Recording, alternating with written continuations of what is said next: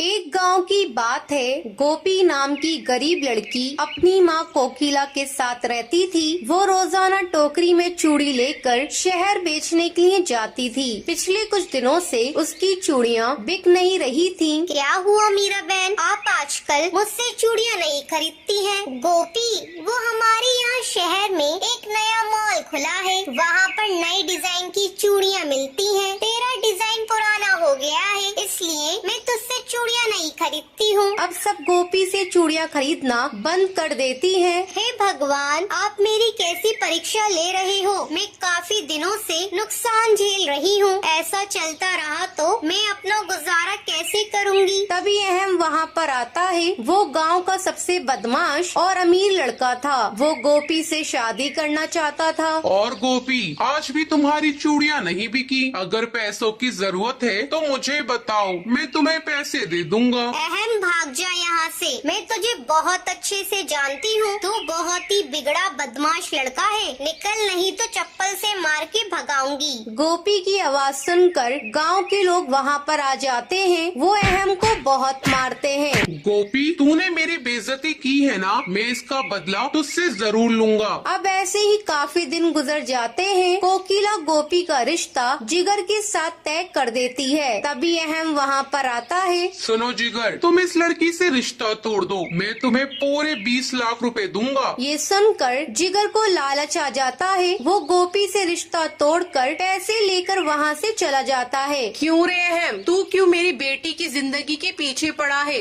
दफा हो जा यहाँ से। मैं गोपी की जिंदगी को बर्बाद कर दूंगा, तुम बस देखती जाओ आगे आगे मैं क्या करता हूँ। अगले दिन अहम गोपी के मकान मालिक को घर लेकर आता है। गोपी, तुमने मुझे पिछले 4 महीने से किराया नहीं दिया है, इसलिए अभी के अभी तुम मेरा घर खाली करो। आलोक अंकल, आप ये सब अहम के कहने पे कर रहे हैं ना? प्लीज हमें थोड़ा टाइम दे दो, हम कहाँ जाएंगे? मकान मालिक गोपी और कोकिला की एक भी नहीं सुनता है और उनका सामान घर से बाहर निकाल देता है। तभी राशि परी वहाँ से गुजर रही होती है। ये सब कौन है जो इस मासूम लड़की को परेशान कर रहे हैं? राशि अपना जादू चश्मा पहनती है और उसे गोपी के साथ जो हुआ था वो सब समझ आ जाता है। अच्छा, ये लोग इस लड़की को बिना वजह परेशान कर रहे हैं, मुझे इसकी मदद करनी चाहिए। वहीं कोकिला गोपी रोते हुए वहाँ से जाने लगते हैं। तभी राशि परी ऊपर आसमान से 2 जादुई चूड़ियाँ गोपी पर फेंकती है। ये कितनी खूबसूरत चूड़ियाँ हैं, ये कहाँ से आई हैं? ये तो बहुत ही प्यारी हैं। तभी वो चूड़ियाँ बोलने लगती हैं। गोपी, हम जादुई चूड़ियाँ हैं, हमें तुम्हारी मदद के लिए भेजा गया है। हम तुम्हारे साथ रहेंगी और तुम्हारी सारी परेशानियों को दूर कर देंगी। जब इन चूड़ियों में से बहुत सारी सोने की चूड़ियाँ निकलने लगती हैं। अब गोपी और कोकिला उन चूड़ियों को बेचकर अपने लिए घर खरीद लेती हैं। जब ये खबर अहम को पता चलती है, वो गोपी की चूड़ियाँ चुराने के लिए उसके घर जाता है। अच्छा, ये जादुई चूड़ियाँ हैं, अभी इसका हाथ काट कर छीन लेता हूँ। तभी गोपी जाग जाती है। भाग जाए हम यहाँ से, वरना तुझे बहुत भारी पड़ेगा। तभी जादुई चूड़ियों में से डंडा निकलता है। वो अहम को बहुत मारता है। अहम डर के मारे वहाँ से भाग जाता है। अब गोपी और कोकिला खुशी खुशी रहती हैं। तो ये थी आज की कहानी। क्या आपको पता है गोपी को जादुई चूड़ियाँ कौन देता है? अगर आपको पता है तो आप हमें कमेंट करके जरूर बताएं। अगर आप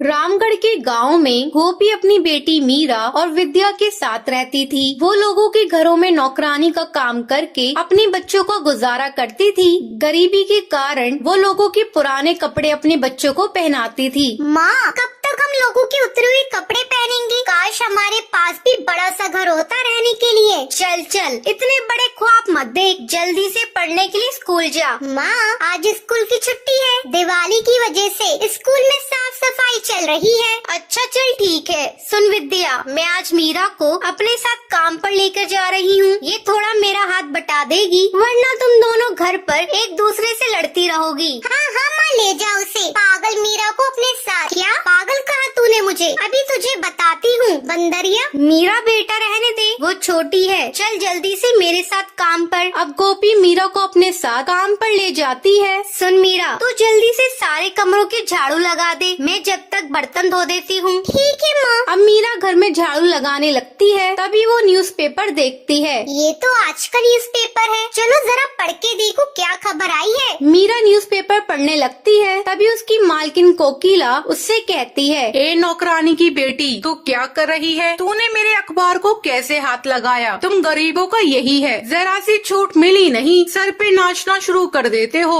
जा जल्दी से काम कर अपना। मीरा रोने लगती है। गोपी उससे कहती है, बेटा क्या हुआ? मालकिन ने तुझे कुछ कहा? चल बुरा मत मान, हम गरीबों का यही है, हमें सबकी सुननी पड़ती है, ऊपर वाला हमारी जल्दी सुनेगा। अब ऐसे ही दिन गुजर जाते हैं। एक दिन गांव में लॉटरी का टिकट बेचने वाला आता है। गोपी उससे कहती है, भैया मुझे एक टिकट देना, कितने की है? 20 रुपए की है। एक टिकट ले और इस टिकट को भगवान के सामने रख दे, कभी तेरी किस्मत पलट जाए। अब गोपी मंदिर में टिकट रख देती है। हे भगवान, हमारी गरीबी को दूर करो, इस बार ये लॉटरी मेरी लग जाए। अब एक हफ्ते बाद अहम वापस गांव में आता है। गोपी उससे कहती है, भैया जरा मेरा लॉटरी का नंबर देखना, मेरी लॉटरी लगी कि या नहीं। अरे बहन, तेरी तो 10 लाख की लॉटरी लग गई है, तो अमीर हो गई। अब गोपी खुशी खुशी घर जाकर मीरा विद्या से कहती है, अरे विद्या मीरा, अपनी तो लॉटरी निकल गई रे, हमारे दिन फिर गए, अब हमें किसी के सामने मांगने की जरूरत नहीं है, अब अपना बड़ा सा घर होगा। अब गोपी लॉटरी के पैसों से